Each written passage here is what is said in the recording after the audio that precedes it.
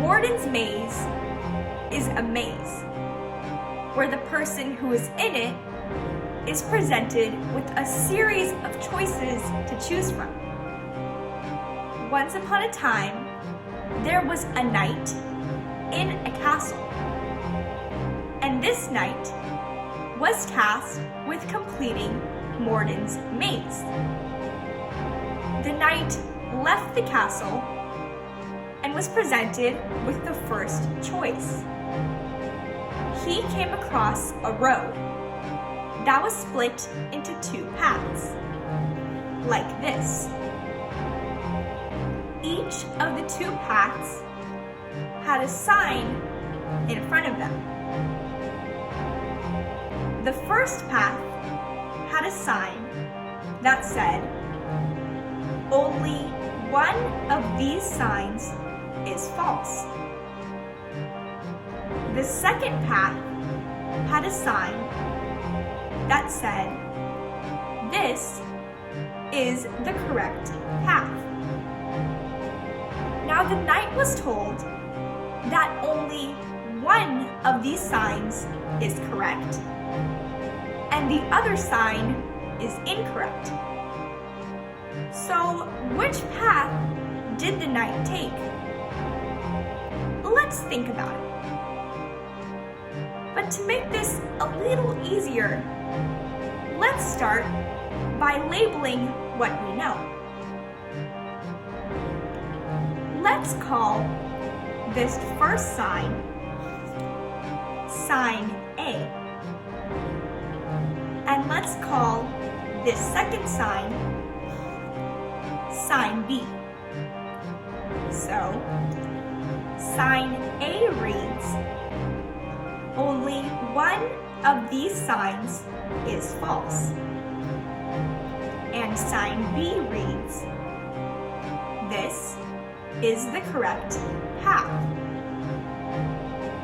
Now, let's use a table to understand this a little better.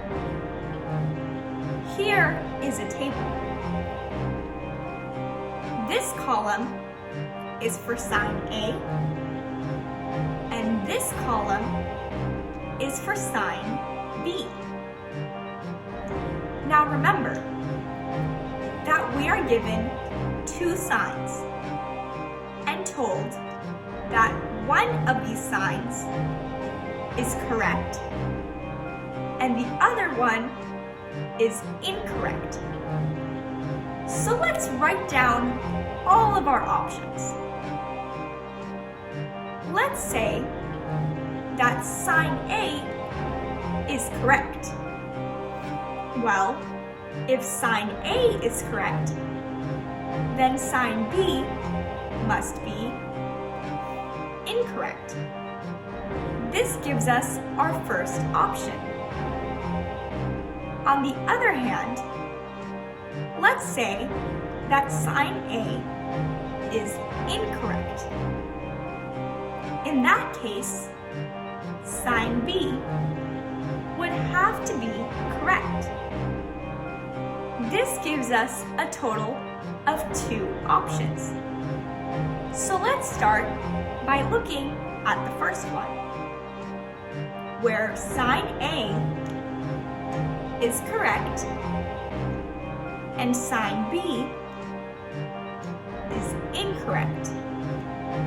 Sign B says that this is the correct path. Well, if sign B is incorrect, that means that this is the wrong path, and the knight should not go on this path. The knight should go on this path instead. Now let's read sign A.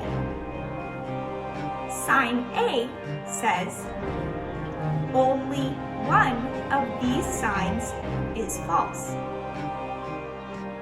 Well, if sign A is correct, then that means that only one of these two signs is incorrect. And we already assumed that sign B is incorrect. So the knight should take this path. And this means that sign A is correct. But the catch of Mordin's maze is that we should look at both options to make sure that we have the right answer. So let's look at option 2. For option 2, sign A is incorrect and sign B is correct. Sign B says this is the correct path. And since we assumed that sign B was correct, then the knight should take this path. Now, let's look at sign A. Sign A says only one of these signs is false. Well, we assumed that sign A is incorrect. So if sign A is incorrect, then that means that both of these signs are false. Both sign A and sign B are false. Notice this catch.